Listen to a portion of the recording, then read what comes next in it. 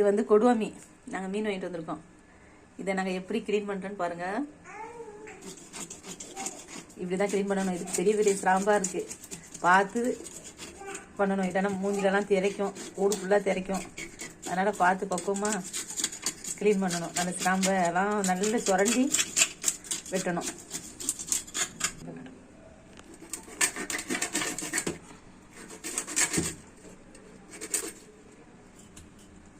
அருவாமனையை வச்சு நல்ல சைடில் உள்ளதெல்லாம் வெட்டி எடுக்குது.